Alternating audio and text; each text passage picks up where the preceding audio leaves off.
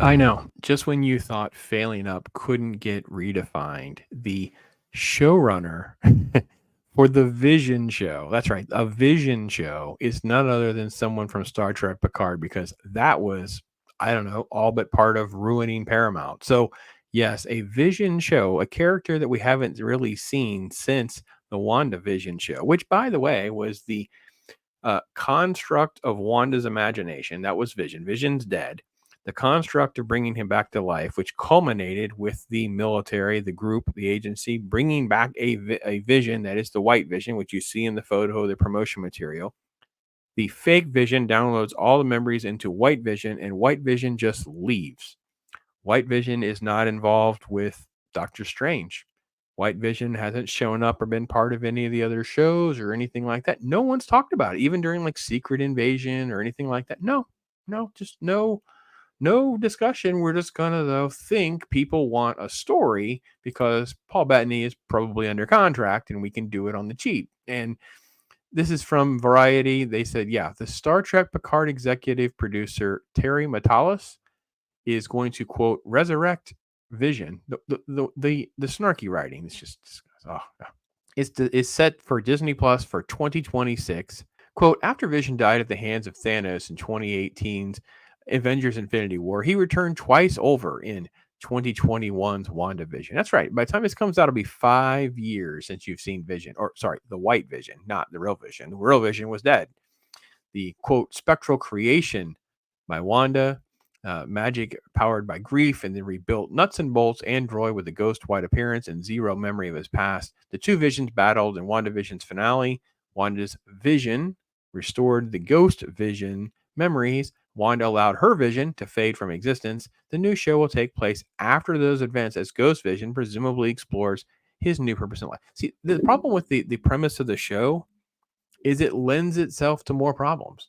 It it's going to do the exact same thing that we've all grown to accustom with what's happened since Endgame. It's how are we going to ignore what's happening in Moon Knight when sky is just changing? Why are we ignoring the events of Eternals when there's a giant celestial out in the ocean somewhere, out frozen somewhere? Why are we going to say, well, this all this stuff's happening with Visions? We have to explain why he's not going to involve himself with any of the events of Secret Invasion, and it's just on and on.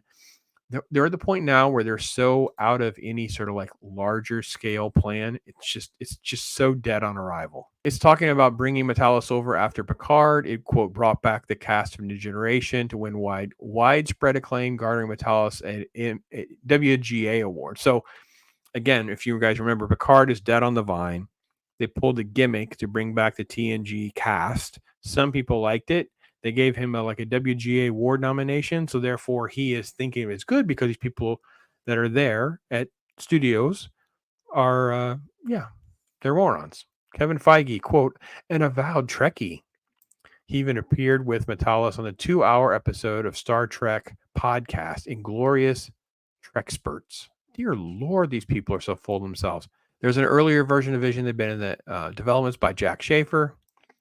Schaefer's attention in return for separate WandaVision spinoff, Agatha All Along. Dear Lord, help us. Metalis is coming aboard. It's the first new live action series pickup in almost 2 years. They adopted the model, hiring head writers to create predetermined off already announced shows, but assigning mostly leadership roles to directors and creatives. So this is Brad Winderbaum told Variety that starting in 2022, the company is going to shift more towards traditional approach. See, that's totally not true. A traditional approach would be they made a pilot or they have a spec script, then a pilot, and they have something in the works. What you could do with the Vision thing is you could do a one-off special like the Guardians Christmas special. You could do something that's about 30 to 45 minutes. You could tell a little tale of what happened to White Vision. It could tie into some of the other stuff. You could see how people respond to it or not. And then you can decide if you want to do a show or not. I don't understand why that's not the model. I actually thought the Halloween thing, the Werewolf by Night one, was tolerable. I mean, the fight scene was an abomination. Once you see it, you can't unsee it. But overall, it wasn't the worst thing that they've ever made. And then it just goes through the fact that Matalas has gone to Picard after doing 12 Monkeys, which was a show that actually was pretty good at times. I didn't watch it. It says it ran for 4 seasons. I watched like one, maybe a little into the second season. There were more. But he also worked on like the MacGyver and Night Flyers, Nikita, Terra Nova. I like Terra Nova, Starship Enterprise, things like that. So I don't know.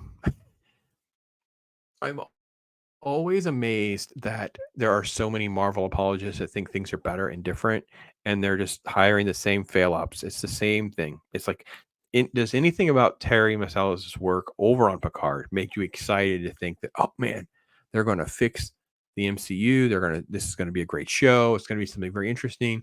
I mean, most people were duped by WandaVision's stylistic choices in the first couple episodes of WandaVision, and by the end of it, it was people who just were brainwormed into thinking that show was great, and they didn't see Wanda as a villain, and that's where we ended up because the show was just absolutely god awful. So, all right, well, thanks for watching. I am Pops. Till next time, take care, everybody.